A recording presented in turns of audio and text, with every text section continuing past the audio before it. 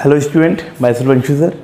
Dear student, in previous class we discussed about some example of personal account and real account. हमने कुछ examples पे discussion किया था जिसमें पर्सनल अकाउंट और रियल अकाउंट के कुछ एग्जांपल्स थे. आज हम पर्सनल अकाउंट और नॉमिनल अकाउंट यानी कंप्लीटली टोटल तीनों अकाउंट को मिक्स करके ही क्वेश्चन सॉल्व करेंगे. Clear student? आइए, हमने तीनों मेथड देखिए स्टूडेंट. जब तक ये तीनों मेथड कंप्लीट नहीं होंगे, आपके तीनों रूल्स जो हैं क्लियर नहीं होंगे, तब तक आगे प्रॉब्लम्स क्रिएट हो सकती है. इसीलिए पहले इनको क्लियर कीजिएगा, कुछ एग्जांपल्स लीजिएगा, बुक्स में कुछ एग्जांपल लेकर के उनको सॉल्व करने की कोशिश कीजिएगा. ठीक है स्टूडेंट? हम कुछ और एग्जांपल लेते हैं. आइए, ये लिया हमने एग्जांपल. सैलरी पेड ऑफ ₹10,000, यानी एक ही लैंग्वेज के हम 4 एग्जांपल ले रहे हैं जिससे पूरा कंसेप्ट क्लियर हो जाएगा आपका. किस तरह कंसेप्ट आएगा? Salary paid of ₹10,000. सैलरी पे किया, एक्सपेंसेस है. एक्सपेंसेस कौन सा रूल होता है? थर्ड वाला नॉमिनल अकाउंट. क्या कहता है वो? All the expenses losses are debit and all the profit and gains are credit. तो ये सैलरी पे किया हमने. सैलरी क्या हमारी एक्सपेंसेस है, और एक्सपेंसेस क्या होता है? ऑलवेज डेबिट होता है. ठीक है. अब सैलरी पे किया 10,000, तो कैश आ रहा है, जा रहा है? कैश जा रहा है. तो सेकंड रूल क्या कहता है? Real account.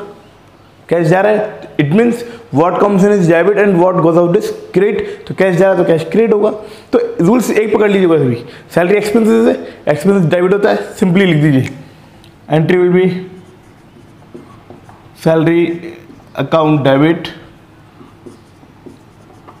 To cash account. How much? 10,000. आइए हम एग्जांपल लेते हैं इसी से रिलेटेड. सैलरी पेड ऑफ ₹10,000 था. अब हमने लिया salary paid of ₹10,000 to Ram. ठीक है, यहाँ नेम भी है और सैलरी पे किया है, इसका मतलब नॉमिनल भी है. ये पर्सनल अकाउंट भी है और नॉमिनल अकाउंट भी है. Dear student, very very important line. Personal account और नॉमिनल अकाउंट अगर क्वेश्चन में एक साथ दिखता है आपको, तो उस केस में पर्सनल अकाउंट से यहाँ पे कोई भी मीन नहीं होता. क्योंकि इस लाइन का मीन क्या है? राम को सैलरी का पेमेंट किया, यही मतलब हुआ है. इट मीन्स अब बिजनेसमैन के लिए राम से मतलब क्या है? हमने सैलरी का पेमेंट कर दिया, हमारे पास गया क्या? कैश गया. ये तो एक याद रिमेंबर के लिए है हमारे लिए कि हमने सैलरी का पेमेंट किसको किया है. तो ये जब हम एंट्री करने के बाद नरेशन लिखते हैं नीचे, उस पर लिखते हैं सैलरी पेड टू राम. यहाँ पे नॉमिनल अकाउंट में कभी नेम से कोई मतलब नहीं है. सिंपली सैलरी पे किया है तो सैलरी एक्सपेंसेस है, और जा क्या रहा है? कैश. तो salary account debit to cash. तो एंट्री क्या होगी? Salary account DR to cash account. How much? 10,000. Next example लेते हैं. ये इसी से रिलेटेड है. क्या क्या कंडीशन अराइज हो सकती है उस पर हम डिस्कस कर रहे हैं. कंडीशन देखिए student. Salary paid of ₹10,000 to Ram by cheque. Salary paid of ₹10,000 to Ram by cheque. हमने राम को सैलरी पे किया. अरे सैलरी राम को किया, शाम को किया, हमें उससे मतलब नहीं है. बिजनेसमैन के लिए क्या ये लॉस है? एक्सपेंसेस है, एक्सपेंस को डेबिट करते हैं, सैलरी जाएगा, एक्सपेंस डेबिट होगा. तो entry will be salary account debit. अब लेकिन हम सैलरी पे कर रहे हैं, एक्सपेंसेस डेबिट कर दिए, जा क्या रहा है? चेक जा रहा है. हमने कैश से पेमेंट नहीं किया, तो पेमेंट कैसे किया? चेक से. और चेक जब भी आएगा वहां हम यूज करेंगे बैंक वर्ड. क्या यूज करेंगे हम? बैंक. जहां भी चेक आएगा, क्योंकि चेक दिया है हमने, तो इसका मतलब पेमेंट कहां से जाएगा? हमारे अकाउंट से निकलेगा. तो यहां वर्ड यूज करेंगे हम to bank account. Clear student? आइए एक एग्जांपल और लेते हैं हम.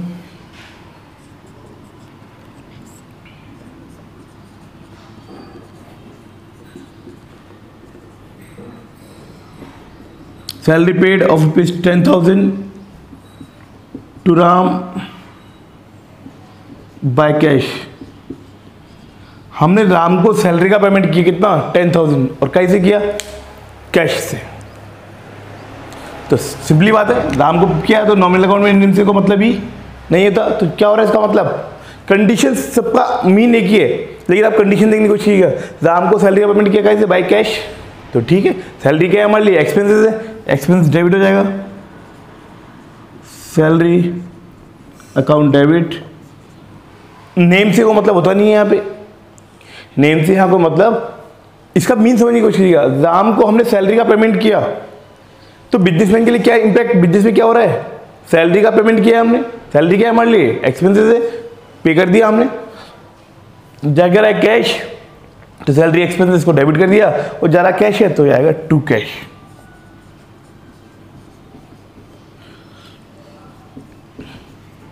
सिंपली याद रखना है आपको कि नॉमिनल अकाउंट पे नेम से कोई मतलब नहीं होता, कोई मीन नहीं होता। जब भी हम बात करेंगे नॉमिनल अकाउंट और नॉमिनल अकाउंट के अंदर कभी भी नेम आ रहा है तो उसका मतलब कोई उससे कोई लिंक नहीं है। Clear student. अब हम कुछ और एग्जांपल लेंगे। एग्जांपल देखिए स्टूडेंट, अभी हमने एक्सपेंसेस का एग्जांपल लिया था, अब एक बार हम इनकम का एग्जांपल लेते हैं। आइए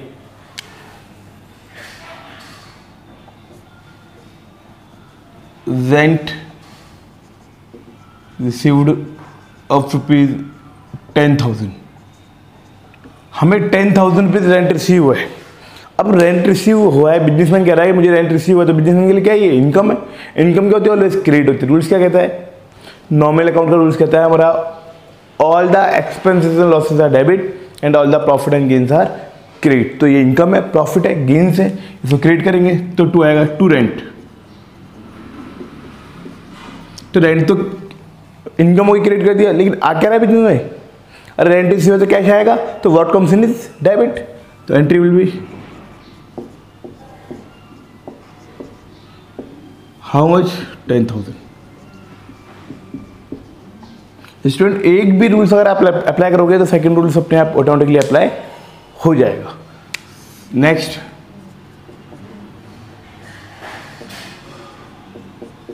rent received of rupees from Sohan. हमें रेंट रिसीव हुआ है ₹10,000 का, किससे सोहन से। अगर रेंट रिसीव हुआ है हमको तो रेंट हमारे पास आ रहा है, तो रेंट रिसीव हुआ तो रेंट आ रहा है, लेकिन इसमें नेम भी है। इसका मतलब क्या उधार है क्या, रेंट का भी उधार नहीं होता। नॉमिनल अकाउंट में कोई भी खर्चा पेमेंट जो होता है वो कभी भी क्रेडिट पे नहीं होता है।